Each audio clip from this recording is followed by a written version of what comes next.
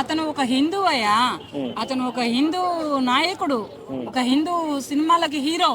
ఒక తెలుగు తనం ఉట్టిపడేటటువంటి తెలుగుతనానికి ఒక ఒక బుల్లెట్, ఒక బుల్లెట్ లాంటి వ్యక్తి, ఒక రాకెట్ లాంటి వ్యక్తి అన్నమాట.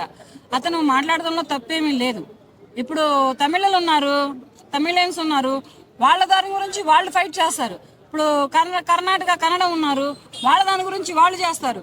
ఇప్పుడు హిందీ వాళ్ళు ఉన్నారు, హిందీ వాళ్ళ గురించి బొంబాయిలో వాళ్ళు చేస్తారు. మరి ఇట్లా ఇన్ని రకాలుగా చేసుకునేటటువంటి ఇన్ని భాషలు వచ్చినా ఇంతమంది ఇన్ని రాష్ట్రాలలో వాళ్ళ గురించి వాళ్ళు ఫైట్ చేసుకొని వాళ్ళ హక్కులను వాళ్ళు పోరాడి తెచ్చుకుంటున్నారు. కానీ మన తెలుగు వాళ్ళు ఏంటి, మన ఈ రెండు రాష్ట్రాలలో ఉన్నటువంటి తెలుగు వాళ్ళు ఏంటి, కులాలు చెప్పుకుంటారు, గొప్పలు చెప్పుకుంటారు. మేమందరం తెలుగు వాళ్ళం, మేమందరం హిందువులం, మేమందరం హిందూ సనాతన ధర్మాన్ని పాటించేటటువంటి ఒక హిందువులం అని ఎవరు రారు. వీళ్ళ దగ్గర ఐక్యత లేదు. వీళ్ళందరి దగ్గర ఒక మాట మీద నిలబడేటటువంటి నిలకడ లేదు.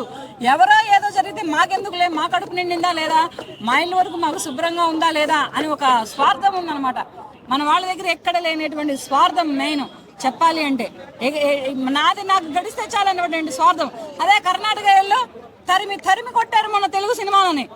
మన ఏంటది, మన బాలకృష్ణ గారి సినిమానే కానీ, తర్వాత వెంకటేష్ గారి సినిమానే కానీ, దానికి బ్లాక్ కలర్ పోస్టర్ వేసి పారేసారు, మసి పూసి పారేసారు అవతల. ఏంటి మన తెలుగు సినిమాలు అవతల రాష్ట్రాలు ఆడద్దా?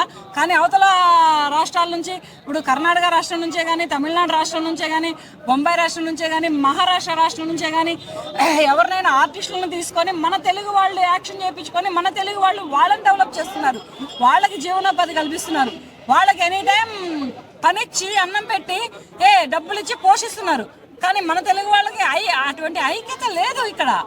అలా నేనేదో నోటి మీద చేసుకున్నాను. మా బాలకృష్ణ గారు ఎంత పెద్ద హీరో మన తెలుగు ఇండస్ట్రీలో, వెంకటేష్ గారు ఎటువంటి మంచి హీరో మన తెలుగు ఇండస్ట్రీలో. ఇటువంటి పెద్ద పెద్ద హీరోలు వెళ్ళి వీళ్ళ సినిమాలు అక్కడ ఆడుతుంటే తెలుగు సినిమాలు బ్యాన్ అని రాసి ఒకటి వాటికి బ్లాక్ కలర్ పెయింట్ వేసి పారేస్తారనమాట. అటువంటి వాళ్ళలో అంత ఐక్యతతో ఉంది. కనుకనే వాళ్ళ సనాతన ధర్మం వాళ్ళకి తెలిసినట్టుగా మన తెలుగు రాష్ట్రాలలో మన హిందూ సనాతన ధర్మాలు మన హిందువులకి తెలియట్లేదు. తెలిసినా గానీ మనకెందుకు, మన ఇంటి వరకు పూజ జరిగితే చాలు. బీజేపీ డైరెక్షన్ లో పవన్ కళ్యాణ్ గారు నడుస్తున్నారు అంటున్నారు, దాని మీద మీ అభిప్రాయం ఏంది? అందులో భాగంగానే ఇటువంటి స్టేట్మెంట్లు కూడా అనుకోవచ్చా? అలాగే ఈ మధ్య కూడా ఎక్కువ చూస్తుంటే కాషాయంలోను బొట్టు పెట్టుకోవటం, సనాతన ధర్మం గురించి డైలాగులు ఇస్తడం జరుగుతుంది. ఇవన్నీ అందులో భాగం అనుకోవచ్చా? నీకెందుకయ్యా, ఆయన కాషాయం బట్టలు కట్టుకుంటే నీకెందుకు, ఆయన బొట్టు పెట్టుకుంటే నీకెందుకు, జుట్టు పెట్టుకుంటే నీకెందుకు, ఆయన పొట్ట పెరిగితే నీకెందుకు, ఏం పెరిగినా ఏం జరిగినా నీకు అనవసరం. అతను సనాతన ధర్మాన్ని నమ్మాడు. ఇప్పుడు బీజేపీ నిలబడటానికి తెలుగు రాష్ట్రంలో కారణం పవన్ కళ్యాణ్ గారు. ఇప్పుడు ముఖ్యమంత్రి వర్లైనటువంటి టీడీపీ ప్రభుత్వం నిలబడటానికి కారణం పవన్ కళ్యాణ్ గారు. వీళ్ళిద్దరూ ఒక రేంజ్ లో ఒక రాష్ట్ర ముఖ్యమంత్రిగా కానీ, ఒక రాష్ట్రానికి ప్రధానమంత్రిగా కానీ నిలబడటానికి కారణం ఎవరమ్మా అంటే పవన్ కళ్యాణ్ గారే. వీళ్ళిద్దరిని ట్రాక్ ఎక్కించారు. పవన్ కళ్యాణ్ గారే వీళ్ళిద్దరికి ట్రాక్ నడిపిస్తున్నారు. అంతేగాని ఇప్పుడు పవన్ కళ్యాణ్ గారు ఉండబట్టే వీళ్ళిద్దరూ ట్రాక్ ఎక్కి ట్రాక్ లో ఉన్నారు. అంతేగాని బీజేపీని బట్టి పవన్ కళ్యాణ్ నడుస్తున్నాడా? కాదు. ఒకప్పుడు పవన్ కళ్యాణ్ బట్టే బీజేపీ నడిచింది.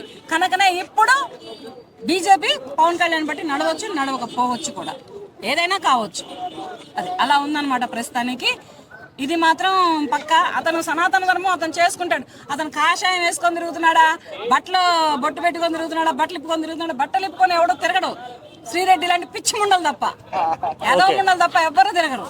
ఓకే, సనాతన ధర్మం మీద దాడి జరిగితే నేను ఎట్టి పరిస్థితుల్లో సహించను అంటూ ఒక ప్రజానాయకుడు పబ్లిక్ గా స్టేట్మెంట్ ఇవ్వడం మొట్టమొదటిసారి. ఒక ప్రజానాయకుడు పొలిటీషియన్, ఎంతమంది పొలిటీషియన్స్ వచ్చినా ఎవరు ఇంత ధైర్యంగా స్టేట్మెంట్ ఇవ్వలేదు. దీన్ని ఎలా చూడొచ్చు అంటారు? అది కరెక్టే. మరి సనాతన ధర్మం మీద దాడి జరిగితే ఎవరు ఏ నాయకుడు ఊరుకోడు.